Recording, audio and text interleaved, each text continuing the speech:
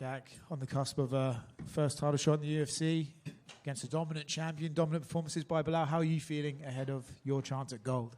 Yeah, I'm feeling good. It feels like any other fight week, and I feel like all the preparations have gone well. I feel like I've left no stone unturned. I'm ready to go out there and perform. It's funny, right? This one sort of came to you a little bit unexpected. You know, you were sort of preparing, I think it's for Leon, right? And then suddenly this title shot comes to you. Does that give you an extra fire, or are you just putting in the miles and the work in the gym anyway, so it doesn't really matter if there's a gold belt on the line? You're going to be putting in the work as hard as you can anyway. Yeah, for sure. Obviously, fighting for this is the big one, you know. I've been working at this for a long time. But yeah, just feel another fight, you know, 5-rounder. I was prepping for a 5-rounder and now fighting, the best guy in a 5-rounder. Couldn't put all the work in. Toughest fight of my life. Belal's a funny one, right? Because everyone sort of looks at him and thinks, okay, forward pressure, lots of takedown attempts, just try and control you. So in a way you would think, okay, that gives me something that I know what I have to prepare for. But then he's coming out and saying, no, he's not going to go for one takedown. He's going to beat you on the feet and all this, maybe trying to play with your mind a little bit. What exactly have you prepared for from Belal? I mean, I guess all you can do is just watch his previous fights and just that's what you can expect. You know, I think his bread and butter is pushing a high pace, mixing it up, takedowns, striking. So yeah, I try not to listen too much to what he's going to say and just prepare as to what we see in his previous fights. I don't think it's out of line to say that sometimes he doesn't really connect with the fan base. Do you feel like you're getting a lot of support from the fans to try and get this guy out of the title picture? Yeah, I feel like I've got good fans, you know, fans that have stuck by me for a long time, and I think they believe in me. I mean, I appreciate my fans, but yeah, that's it. I'm just coming in here to do a job. And I believe I saw you say in an embedded that you think he's had a nice run, but it's time for him to retire, buddy. What exactly are you going to do to him to make him walk away from the sport on Saturday? I'm going to try and finish him dominantly, you know. That'd be the way I'd like it to go down. Dominant finish, and then, yeah, that's up to him at that point, what's next for him. You know, Belal was just in here, and, you know, we talked a bit about how this fight compared to Belal's previous fight against Leon, there's a lot of bad blood, but here it's you guys, your trash talk is I'm better at grappling, I'm better at striking, I'm better at MMA. It's much more skill-based trash talking. Is that something that you prefer, or is like if you do become champion, you might have, you know, guys kind of trying to pick at you, kind of like what Ilya did to Volk, and Volk was like, I kind of like this because it brings more attention to the fights. I mean, whatever. I'm just going to be myself. Yeah, I'm a professional, you know, so I'm just coming in to take him out. He can say what he wants. I'm prepared for it all. And there is probably as much tape on Belal as anyone in the welterweight division against, you know, Wonder Boy, high-level striker, Damian Maia, and Gilbert, high-level grapplers. So I guess, have you seen this massive progression that I guess fans seem to think Belal took this big leap in skill? Or if you break down tape on him, has he always been this good and people have just been overlooking him for a long time? I think he's always been pretty good, you know. He's always done what he needs to do to win, and I think that's his strong suit, you know. He's a winner, so it's a tough fight. It's a tough guy to beat, but I believe we've got the skills. There's a lot of tape on him, so yeah, I've been studying, and I think I've got the ability to beat him. And then just last one for me, I asked Belal this too, and he said it is kind of annoying that pretty much every interview he does, it's how does this fight shape two weight classes, right? Lightweight and welterweight, and even middleweight if Belal wants to go to middleweight at some point. So is it annoying for you too that you're fighting for your first title and everyone seems to be asking, well, what's next, even though the fight hasn't even happened yet? I mean, it's sort of, it kind of always happens, you know. It's always what's next after this. But, yeah, I've got my eyes on Belal. I'm going to get through Belal and then see what happens. Just one right here, Jake. Belal confirmed that he want to beat you on the feet. Do you think he want to play mind game with you, or do you actually think he believe that? Like, that's what my question, because it seems a little bit odd that he want to beat you on your style. I mean, I think he's hoping, and I think he believes in himself. I believe he believes in his striking, and I think obviously the fight's going to start striking, so I think he'll test it out. But I think when he gets uncomfortable or when he feels that the advantage might be leaning towards me, I think he'll lean back to his bread and butter. Yeah, so you expect him to shoot early in the fight or to try to box at the beginning? Try not. Yeah, I'm not expecting too much. I think he's shown in the past he mixes it up. So I think he'll strike a bit, mix it up, shoot takedowns. Expect it all. Last one for me. Predict a third round knockout. What's your prediction? Yeah, I think a third round knockout sounds pretty spot on. Thank you very much. Jack? Yep. Just one over here. So it's been about 10 years since the UFC has been in Montreal. I mean, what can Montreal fans, and even Canadian fans for that matter, expect Saturday night?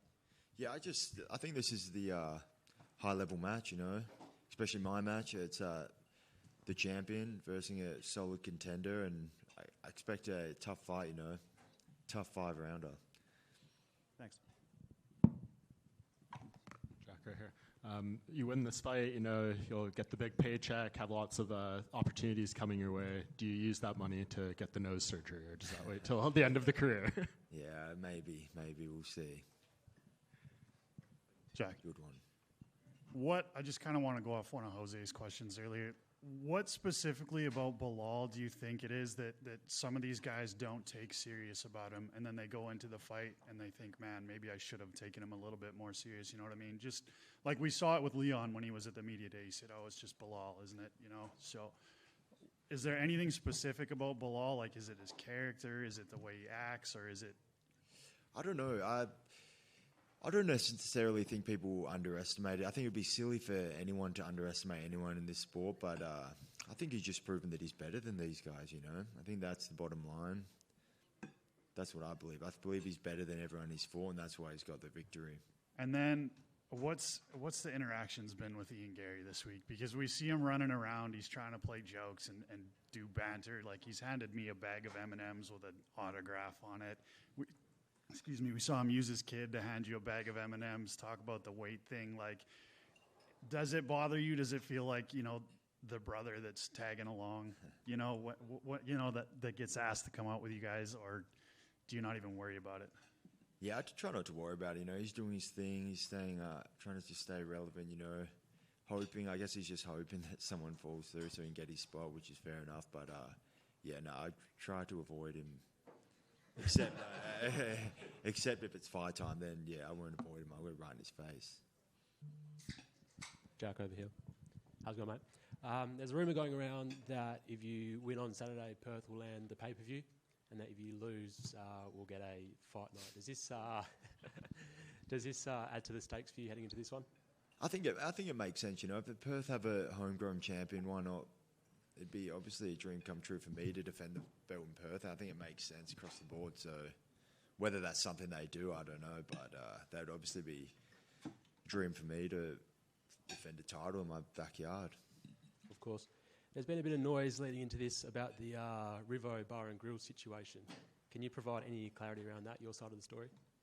Oh, we're just doing a like a paid appearance thing, and yeah, it sort of fell through. It was just too much. I need to focus on the fight, you know, not doing that sort of stuff. But we'll do it after. When I get back, we'll make it happen.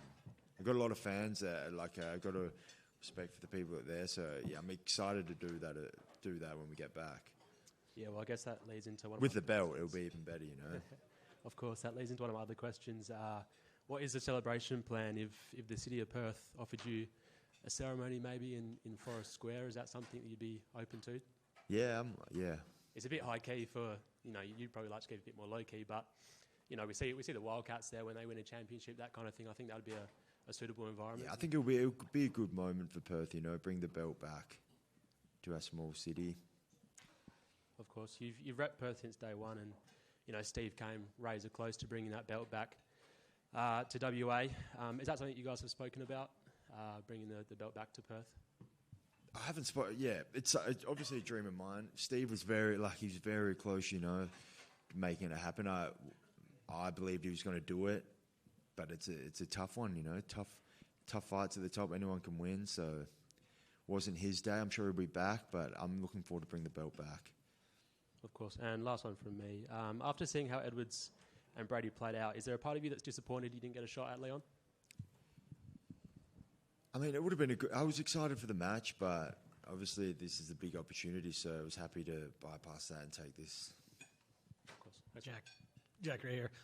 You talked about, obviously you were in camp and training for a 5-round fight, so the timing works that way. And obviously this is an opportunity you have to jump on. But we talk a lot about timing in combat sports in general in terms of like guys getting to a title fight too soon or too late. Just in general, how do you feel the timing of this title fight is in the scope of your overall career? Yeah, I think it was good timing. I think if I hadn't got the injury, my thoughts would have been I probably would have been fighting for a title at a similar time. I think I would have had to fight one of the top guys later in the year, and then I believe it's worked out the same. I've obviously missed a fight. I think perfect world would have had the fight beforehand, but I think timeline, it works out well. And then no doubt you would have liked to have fought in Australia. Obviously, not entirely likely as the challenger, but hopefully moving forward. But just in terms of fighting in another Commonwealth country, it's not in the States, is this kind of a good second option? It's kind of neutral ground? Yeah, for sure. It's a cool city. I've never been here before outside of the when I came for the press conference a couple of weeks ago, but I was in very quick. But it's a cool place. I like traveling, checking out new places. Yeah, it's a pleasure to fight here, especially with the welterweight division. Obviously, the man GSP is from here, so it's a bit of history in the division. But yeah, I'm excited to kick off my title run in Montreal. Thank you. Jack, to your left here. Jack, on the Countdown show, obviously the UFC highlighted what was not the best start to your professional career, dropping 2 fights in a row. Do you look back at those times, a couple of days out from your first title challenge, for the perseverance that you've showed to get to where you are at right now? Yeah, for sure. It's obviously, not ideal, but you learn a lot from losses. I learned a lot from both those ones, skill-wise and then mentally as well, and just been on a tear ever since, I think most athletes lose in this sport because it's a tough sport, many ways to win and lose. But I'm glad to have got the losses behind me and all wins going forward. Alex Volkanovski picked up a great win against Diego Lopez, reclaiming the featherweight title. Did you look at that performance and take some inspiration of it coming into your own title challenge? Yeah, 100%. Everything Volk does is inspiring. He's an Australian legend, one of the greatest athletes in our country. So, yeah, I'm fully inspired by him and what he has done and what he continues to do. Thank you. Sorry, just one more, Jack. Belal in here earlier said that he thinks he's the best trash talker in the sport. So I'm just curious what type of heated lines you're expecting tomorrow at the press conference. Yeah, he all he does is talk trash. So it's I expect whatever from him. It's going to be good. Jack, you might be the chillest guy in the UFC. Oh. When was the last time you got mad or angry at someone? I try not to get mad too much. I can't even remember. That's a good. Yeah, I don't know. Try not to get too mad at people. What would it? This guy asked me about my nose. And what would it take for an opponent to get you crazy or mad? I don't know. I think staying calm is number one in the octagon. I think being anger can be at your own detriment. So I just stay calm, try and pull the shots. So just one more. You said that all Belal does is talk. Does that mean you don't really consider his hands to be Canelo-esque? No, honestly, no. I don't really see the resemblance in the Canelo hands. He does have good hands, but if you're talking skill-wise, I don't see the resemblance. But maybe I'm missing something. He also said he's the best boxer in the welterweight division. Curious if you agree with that. Yeah, good on him. Good on him. He's proven he's the best at the moment. Won the belt. Yeah, but I think he's good at mixing it up. But yeah, I don't know too much. His boxing's all right. One more for me, Jack, just before. You've done some work with Craig Jones in the lead up to this fight. Do you feel that will give you an extra advantage coming in here? And what does he bring to the table as a coach for you? Obviously, when you look at straight jiu-jitsu, is a lot different than when you're implementing jiu-jitsu into mixed martial arts. Yeah, he's obviously a good grappler, He's a good grappler. He knows what he's doing. He's been in there in the corner on big fights with Volk.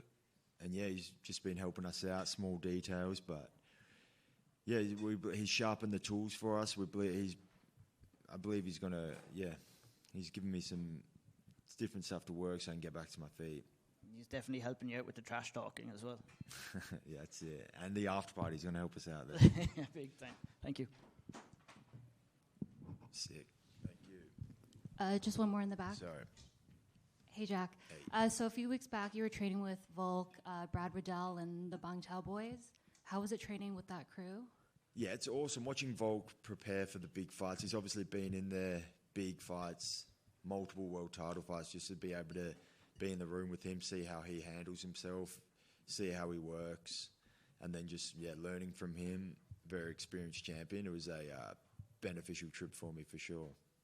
Nice. And I think Brad Riddell is looking to fight in June. If he does, do you think you'll be training with him? Yeah, I'd love to. Brad's the man. He's a legendary striker, and now he's making a good run in his MMA career. So yeah, definitely at some point this year, I'd be keen to train with Brad again, 100%. Awesome. Thank you. Sick. Thank you.